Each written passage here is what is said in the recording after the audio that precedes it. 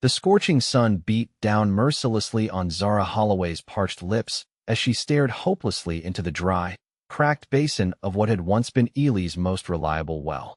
Nevada Territory, 1873, was proving to be the driest summer anyone could remember, and Zara had walked 3 miles from her small homestead only to find disappointment at the bottom of the dusty pit. "Not a drop," she whispered, her voice cracking from thirst. The heat was unbearable, and her canteen had run dry hours ago. Brushing a strand of auburn hair from her sweaty forehead, she gripped the well's stone edge and fought against the wave of dizziness threatening to overcome her. Zara had lost everything in the past year: her parents to influenza, her small inheritance to a banker's scheming, and now, it seemed, she might lose her life to this unforgiving desert heat. At 22, she had become accustomed to solitude, but never had she felt so utterly alone. The sound of hoofbeats broke through her despair. Looking up through the heat waves shimmering off the dusty ground, she saw a rider approaching. His silhouette grew larger against the blazing sky, and soon she could make out a tall man atop a chestnut stallion. "Madam," the stranger called, tipping his hat as he drew closer. His voice carried a gentle drawl, softening the hard edges of his weathered face. "That well's been dry for weeks now." "I see that," Zara replied, trying to sound stronger than she felt. Pride was all she had left. The man dismounted in one fluid motion, boots kicking up dust as he landed. He was tall and broad-shouldered, with eyes the color of a summer storm and a jaw shadowed with several days' worth of stubble. His clothes were trail-worn but clean, and the gun at his hip looked well-maintained. "Name's Tucker Hayes," he said, leading his horse closer. "Passing through to Montana Territory." Zara nodded weakly, unwilling to show how the simple act of standing was becoming increasingly difficult.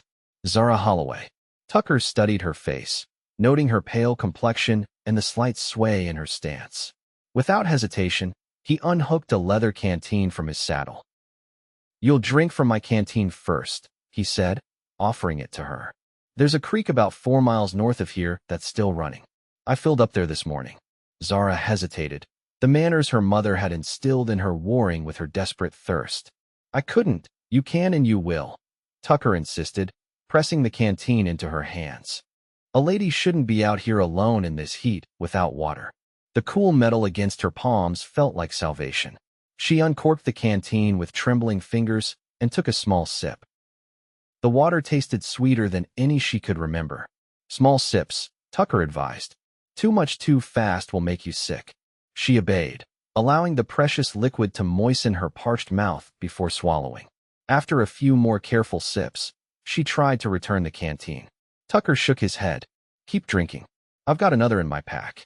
"Thank you," Zara said, the simple words inadequate for the gratitude she felt. "I didn't realize how far the well was from my homestead, or that it would be dry." "You new to these parts?" Tucker asked, loosening his horse's saddle straps to give the animal a moment's rest. 8 months, she replied.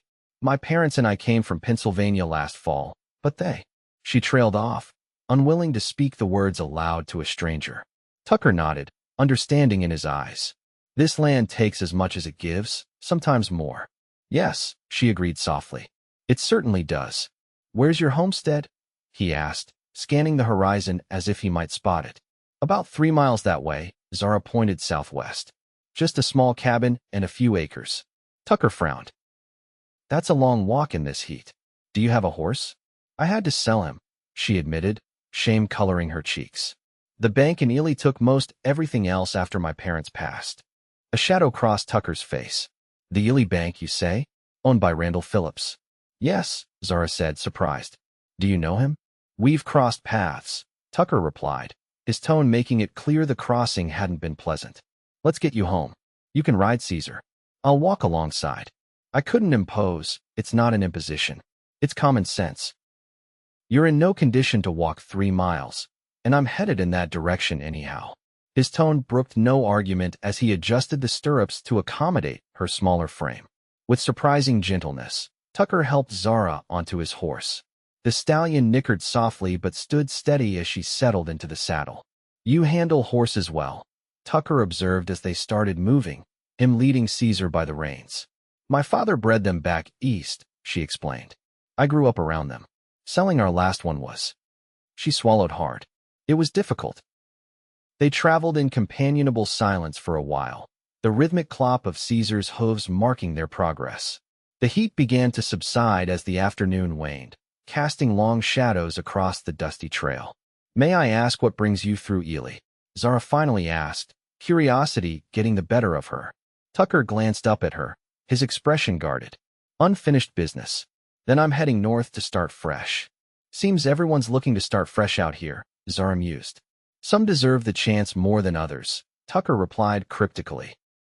As they approached Zara's homestead, she felt a familiar mix of pride and despair. The small cabin her father had built stood solid against the harsh landscape, but the surrounding land was parched and barren. The vegetable garden she had planted was withering, and the chicken coop housed only 3 scraggly hens. Tucker surveyed the property with an experienced eye. "You've been maintaining this alone?" "Yes," Zara said, a defensive edge to her voice. "I manage." He helped her down from the horse, his hands strong and steady at her waist. For a moment, they stood closer than propriety allowed, and Zara felt a strange flutter in her chest that had nothing to do with exhaustion or thirst. "You need water for more than just yourself," Tucker observed, nodding toward the struggling garden. "I could help you dig a new well, closer to the cabin." Zara stepped back, surprised by the offer. "Why would you do that?" Tucker shrugged. "Maybe I'm not in as much of a hurry to reach Montana as I thought." "Mr. Hayes, Tucker," he corrected. "Tucker," she repeated, his name feeling foreign yet somehow right on her lips. "I appreciate the offer, but I can't pay you." A smile tugged at the corner of his mouth. "I didn't ask for payment." "Everyone wants something," Zara said, years of hard lessons making her wary. Tucker's expression sobered. "Sometimes, Miss Holloway, people just want to help." The sincerity in his eyes made her want to believe him, but experience had taught her caution. "You can stay for supper, at least. It's not much, but it's the least I can do for the water and the ride." Tucker accepted with a nod. "I'll see to Caesar first, if that's all right." As Zara busied herself preparing a simple meal of beans and cornbread, she kept glancing out the window at Tucker. He moved with the easy confidence of a man accustomed to hard work, caring for his horse with gentle efficiency before examining her struggling garden. By the time supper was ready, the sun had set, painting the sky in brilliant oranges and purples. Tucker washed up at the basin outside, then ducked his tall frame through the cabin door. "Smells good," he said appreciatively, removing his hat. They ate in silence at first, both hungrier than they'd realized. Zara studied him surreptitiously, noting the laugh lines around his eyes that suggested a lighter past and the calluses on his hands that spoke of honest work. "You mentioned unfinished business in Ely," she ventured after a while. "If it's not too forward to ask, it's personal." Tucker cut her off, then softened his tone. "But not illegal, if that's your concern." "It wasn't," Zara assured him. "I was just making conversation." Tucker set down his spoon. "My brother owned land near here. He died last year. I'm settling his affairs." "I'm sorry for your loss," Zara said sincerely. "Thank you." Tucker's gaze drifted to the window. "Thomas always believed in this territory. Said it would bloom someday, with the right care." "Your brother sounds like he was an optimist." "He was." Tucker's smile was tinged with sadness. "Too trusting by half. Got him killed in the end." The words hung heavy in the small cabin. Zara wanted to ask more, but respected the grief evident in Tucker's posture. "You can stay the night," she offered instead. "It's too dark to travel safely. I can make up a pallet by the fire." Tucker hesitated. "It wouldn't be proper. Propriety seems a luxury out here," Zara said wryly. "But if it eases your mind, I'll lock my bedroom door." A genuine smile broke across Tucker's face, transforming his features. "That won't be necessary. I give you my word as a gentleman." "A gentleman cowboy," Zara mused. "That's something of a rarity." "I prefer rancher to cowboy," Tucker corrected with good humor, "though I've been both in my time." As they settled for the evening, Zara in her small bedroom and Tucker on a makeshift bed near the hearth, she found herself strangely comforted by the presence of another soul under her roof. Sleep came easier than it had in months. Morning brought cooler air and the promising scent of petrichor. Zara woke to the sound of distant thunder and hurried outside to find Tucker already up, studying the dark clouds gathering on the horizon. "Rain's coming," he said by way of greeting. "First time in months, from the look of things." "A blessing," Zara breathed, hope rising in her chest. "If it reaches us." "It will," Tucker assured her. "I can smell it. We should prepare to catch as much as we can." Together, they spent the morning positioning barrels and buckets around the property. Tucker mended the gutters on the cabin roof, while Zara cleared debris from the water channels her father had dug. They worked side by side with an easy rhythm, as if they'd done so for years rather than hours. By midday, the first fat droplets began to fall. Zara laughed aloud at the sight, tilting her face to the sky in pure joy. Tucker watched her, something warm and unexpected blooming in his chest at the sound of her laughter. The rain came in earnest then, drenching them both. Neither made a move to seek shelter, too grateful for the precious moisture soaking the parched earth. When Zara finally turned to Tucker, rain streaming down her face and plastering her dress to her slender frame, he found himself unable to look away. "Thank you," she said, her voice barely audible above the downpour. "For what?" he asked, moving closer. "For being here. For helping. For—" she gestured helplessly. "For the canteen." Tucker's laugh was rich and deep. "You're welcome, though I think the rain's doing more good than my canteen did." "The rain wouldn't matter if I'd died of thirst yesterday," Zara pointed out pragmatically. Their eyes held for a long moment, something unspoken passing between them. Then propriety reasserted itself, and they hurried inside to change into dry clothes. The rain continued through the day and into the evening, a gentle, soaking shower that promised life to the parched land. Tucker extended his stay another night, citing the muddy trails as his reason. Zara didn't question it, secretly glad for his continued presence. Over the next few days, a pattern emerged. Tucker would rise early to tend to the heavy work around the homestead, repairing the chicken coop, reinforcing the cabin's foundation, and, true to his word, beginning to dig a new well closer to the house. Zara would prepare meals and tend to her reviving garden, occasionally assisting Tucker with his projects. They spoke little of their pasts, focusing instead on the present tasks and occasionally the future. Tucker described his plans for a ranch in Montana, while Zara shared her dream of turning her small plot into a prosperous farm. "You could do it," Tucker told her one evening as they sat on the cabin's porch, watching the sunset. "This land has good bones. With water and care, it could flourish." "Perhaps," Zara said, doubt in her voice. "But the bank still holds notes against the property. Mr. Phillips has made it clear he intends to collect." Tucker's jaw tightened at the mention of Phillips. "How much do you owe?" $200, she admitted. "My father borrowed to buy seed and equipment last fall. After they died, I couldn't keep up with the payments." "200 isn't so much," Tucker mused. "It might as well be 2,000 when you've got nothing," Zara replied without self-pity, simply stating a fact. Tucker was quiet for a long moment. "What if you had a partner? Someone to share the work and the investment?" Zara glanced at him sharply. "What are you suggesting?"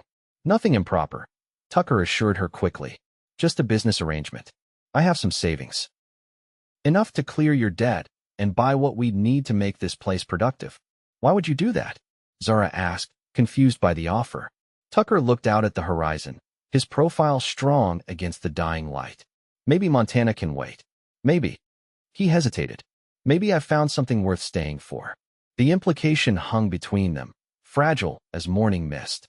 Zara felt her heart quicken, but forced herself to think practically. "I couldn't accept such an arrangement without clear terms," she said carefully. "Of course," Tucker agreed. "We could draw up a contract. Split everything 50-50. If either of us wants out, we sell and divide the proceeds." It was a fair offer, more than fair. Yet Zara sensed there was more Tucker wasn't saying. "And what about your unfinished business in Ely?" she asked quietly. A shadow crossed Tucker's face. "That's something I need to handle soon. Before we make any agreements." "Will you tell me what it is?" Zara pressed, needing to understand the man proposing to change her life. Tucker was silent for so long that Zara thought he might refuse to answer. When he finally spoke, his voice was low and controlled. "My brother didn't just die. He was murdered." Tucker's hands clenched into fists. He found evidence that Randall Phillips was swindling settlers out of their land. Phillips had him killed to keep him quiet. Zara felt the blood drain from her face. Are you certain? I have proof, Tucker confirmed grimly. Letters Thomas sent me before he died, documenting Philip's scheme. I've spent the past year tracking down witnesses brave enough to testify. You're going to the law? Zara asked, alarmed by the dangerous path Tucker was treading. I tried. The territorial marshal is in Philip's pocket. Tucker's eyes hardened. But the federal marshal in Carson City isn't. I'm meeting him in Ely next week to turn over everything I've gathered. Fear gripped Zara's heart. Phillips is a powerful man. If he suspects what you're doing, he already does, Tucker admitted. That's why I've been careful. Why I've kept moving. But I can't run forever, and Thomas deserves justice. Justice won't matter if you're dead, Zara said bluntly. Tucker's expression softened as he looked at her. You're worried about me. Of course I am, she replied, surprising herself with the vehemence in her voice. You've become, she faltered, unable to define what he had become to her in just a few short days. Important, Tucker suggested, moving closer on the porch step. Yes, Zara whispered. The kiss, when it came, was gentle and questioning. Tucker's hand cupped her cheek, his thumb tracing the curve of her jaw as his lips met hers. Zara leaned into the contact, her heart racing with emotions she had long thought buried beneath grief and survival. When they finally parted, Tucker rested his forehead against hers. I should have asked permission. I would have given it, Zara assured him, her voice steadier than she felt. The moment was broken by the distant sound of approaching riders. Tucker was on his feet instantly, hand moving to the gun at his hip. Get inside, he ordered, all tenderness gone from his voice. Tucker, now Zara. She obeyed, but stood by the window, watching as 3 men rode into the yard. Even from a distance, she recognized the center figure's expensive suit and pompous bearing. Randall Phillips. Through the glass, she could hear the exchange. Hayes, Phillips called, his voice oily with false friendliness. Fancy meeting you here. I thought you were just passing through our little town. Plans change, Tucker replied evenly, his stance relaxed but alert. Indeed they do. Phillips gestured around the property. I see you've taken an interest in Miss Holloway's. Modest holdings. Just helping a neighbor. Phillips laughed, the sound lacking any warmth. How charitable. Though I'm afraid your assistance is wasted. This land will be bank property soon enough. I don't think so, Tucker countered. Miss Holloway intends to settle her accounts. Does she now? Phillips raised an eyebrow. With what funds, I wonder? Unless. His expression darkened. Unless you're planning to use your brother's money. Money that rightfully belongs to his investors. Tucker's hand inched closer to his gun. My brother's investments were stolen by you, Phillips. We both know it. Careful, Hayes. Phillips nodded to the men flanking him. That sounds dangerously close to slander. It's not slander if it's true. Tucker stood his ground. I'm meeting Marshal Donovan in Ely on Tuesday. He's very interested in my evidence. Phillips' composure slipped momentarily. You're bluffing. Try me, Tucker challenged. For a tense moment, Zara thought violence would erupt in her front yard. Then Phillips smiled, a cold, calculating expression that chilled her blood. Tuesday is still days away, he remarked casually. Many things can happen in that time. Accidents. Misfortunes. His gaze shifted to the cabin. It would be a shame if Miss Holloway's home caught fire. These dry conditions, you know. So dangerous. Tucker took a step forward, fury evident in every line of his body. Threaten her again, and you won't live to regret it. Phillips held up his hands in mock surrender. No threats, merely observations. He reined his horse around. Enjoy your evening, Hayes. It may be one of your last peaceful ones. As the riders departed, Zara rushed outside, her heart pounding. Tucker, what do we do? Tucker's expression was grim. We need to move up my meeting with Donovan. And you can't stay here tonight. It's not safe. Where would I go? Zara asked, panic rising in her throat. We'll both go to Ely, Tucker decided. There's safety in town, and I have friends there who can help protect you while I deal with Phillips. But my home won't matter if you're not alive to live in it, Tucker said firmly. Pack what you can't bear to lose. We leave at dawn. That night, as Zara gathered her meager treasures, her mother's wedding ring, her father's pocket watch, a family Bible with generations of births and deaths recorded inside, she felt a strange mix of fear and exhilaration. Her life, which had seemed so fixed in its lonely trajectory, had been completely upended in less than a week. Tucker spent the night on vigilant guard, checking the perimeter regularly for any sign of Philip's men. By first light, they were ready to depart, Caesar carrying their essential supplies and Zara riding behind Tucker. The journey to Ely was tense, but uneventful. They arrived by mid-afternoon, the small mining town bustling with its usual activity. Tucker guided them to a modest boarding house on the edge of town. The owner, Mrs. Bennett, was friends with Thomas, he explained as they dismounted. She's been helping me gather information on Phillips. You'll be safe here while I send word to Donovan. Mrs. Bennett proved to be a formidable widow in her 50s, with sharp eyes that missed nothing and a shotgun she clearly knew how to use. She welcomed Zara warmly and showed her to a clean, simple room. Any friend of Tucker's is a friend of mine, she declared. Especially one he looks at the way he looks at you. Zara felt her cheeks warm. We've only just met. Mrs. Bennett smiled knowingly. Some things don't need time, just the right circumstances. She patted Zara's hand. Now rest. You look exhausted, and there's difficult days ahead. Zara tried to follow the advice, but sleep eluded her. Tucker had left immediately to send a telegraph to Marshal Donovan, and his absence left her feeling unexpectedly vulnerable. When a knock came at her door hours later, she nearly jumped out of her skin. It's me, Tucker's voice called softly.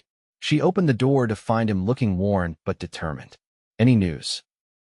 Donovan will be here tomorrow morning, Tucker reported, stepping into the room and closing the door behind him. But we have a problem. Phillips knows we're in town.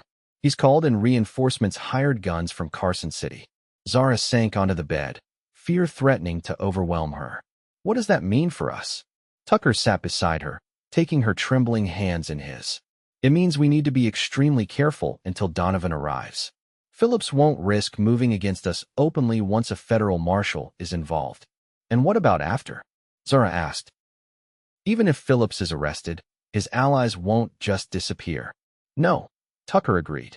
But with Phillips gone, they'll have less reason to target us specifically. He squeezed her hands gently. One battle at a time, Zara. She nodded, drawing strength from his calm resolve. What do we do now? We wait. Stay indoors. Mrs. Bennett has men watching the house. Tucker's thumb traced circles on the back of her hand. And we plan for after. After, Zara echoed. After Phillips. After justice for Thomas. Tucker's gaze was intense.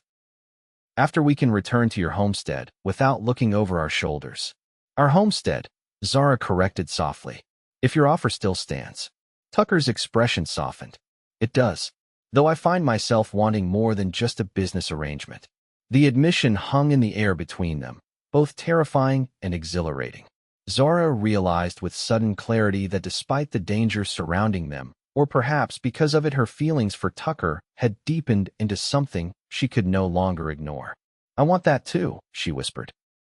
The kiss they shared then was different from their first, deeper, more certain, filled with promise and possibility. When they parted, Tucker rested his forehead against hers, his breathing unsteady. When this is over, he said, I'd like to court you properly. If you'll allow it. Zara smiled. I'd like that very much. The night passed in tense vigilance. Tucker refused to leave Zara's side, keeping watch from a chair by the window while she dozed fitfully on the bed. Dawn brought gray skies and a light drizzle, unusual for the season but welcome nonetheless. Rain's a good sign, Tucker remarked as they shared a simple breakfast in Zara's room. Washes things clean. A commotion in the street below drew their attention. Looking out the window, they saw a tall man dismounting from a sturdy bay horse, his federal marshal's badge gleaming even in the dim morning light. Donovan, Tucker breathed, relief evident in his voice. He's early. They hurried downstairs to meet the marshal, but halfway to the front door, the sound of shattering glass and a woman's scream stopped them cold. Mrs. Bennett. Zara gasped. Tucker pushed Zara behind him as they entered the front parlor to find Mrs. Bennett backed against the wall, a cut on her forehead bleeding freely. Before her stood Randall Phillips and two rough-looking men, guns drawn. Ah, there you are, Phillips said smoothly. I was just explaining to Mrs. Bennett that harboring fugitives is a serious offense. We're not fugitives, Tucker said evenly, his hand hovering near his holster. And Marshal Donovan is right outside. Is he? Phillips smiled. My men will delay him, I think, long enough for us to conclude our business. What business is that? Tucker asked, subtly positioning himself to shield both Zara and Mrs. Bennet. The return of my property, Phillips replied coldly. The documents you stole from my office. The so-called evidence you've been gathering. I didn't steal anything, Tucker countered. Those papers belong to my brother. They prove you swindled him and dozens of others out of their land and savings. Phillips' face darkened. Your brother was a fool who didn't understand business. His death was unfortunate, but necessary.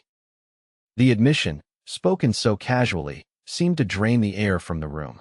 Zara watched Tucker's posture change, tension coiling in his shoulders like a predator preparing to strike. You just confessed to murder, Tucker said, his voice deadly quiet. In front of 3 witnesses. For the first time, uncertainty flickered across Phillips' face. Before he could respond, the front door burst open, and Marshal Donovan filled the doorway, his weapon trained on Phillips. 4 witnesses, the marshal corrected. Randall Phillips, you're under arrest for the murder of Thomas Hayes and conspiracy to commit fraud. What followed happened so quickly that Zara could barely process it. One of Phillips' men fired at the marshal, the shot going wide. Tucker drew and fired in one fluid motion, dropping the gunman. The second man lunged for Zara, grabbing her as a shield. Phillips used the chaos to bolt for the back door. Go, Zara shouted to Tucker as she struggled against her captor. Don't let him escape. Tucker hesitated, torn between pursuing Phillips and protecting Zara. Marshal Donovan made the decision for him, disarming the second gunman with a well-placed shot to the shoulder. As the man released Zara, howling in pain, Donovan nodded to Tucker. I've got them. Get Phillips. Tucker sprinted after the banker, disappearing through the back door. Zara rushed to Mrs. Bennet's side, helping the older woman to a chair while Donovan secured the wounded men. Are you all right? Zara asked, examining the cut on Mrs. Bennet's forehead. It'll take more than a little glass to finish me off, Mrs. Bennet assured her, though her hands trembled. Go, child. Tucker might need help. Zara hesitated only briefly before following Tucker's path. Outside, the rain had intensified, turning the alley behind the boarding house into a muddy stream. She could see footprints leading toward the stables at the end of the block. Heart pounding, she made her way carefully down the alley, straining to hear over the patter of raindrops. A shout from inside the stable spurred her forward. Inside, she found Tucker and Phillips locked in a desperate struggle. Phillips had a knife, its blade flashing in the dim light as he slashed at Tucker. Tucker, unarmed, was trying to disarm the banker without getting cut. Without thinking, Zara grabbed a nearby pitchfork and charged forward. Tucker down. He dropped instantly, and Zara swung the pitchfork like a club, catching Phillips on the side of the head. The banker staggered, losing his grip on the knife. Tucker seized the opportunity, tackling Phillips to the ground and pinning him securely. Are you hurt? Zara asked, breathless with fear and exertion. Tucker glanced up at her, amazement in his eyes. No, thanks to you. He looked down at Phillips, who was still dazed from the blow. I didn't expect backup. I couldn't let you face him alone, Zara said simply. Marshal Donovan arrived moments later, taking Phillips into custody with obvious satisfaction. You've done a great service, both of you, he told them as he cuffed the disgraced banker. With Phillips' confession and your evidence, we'll be able to restore property to many of the people he swindled. Including Zara's homestead?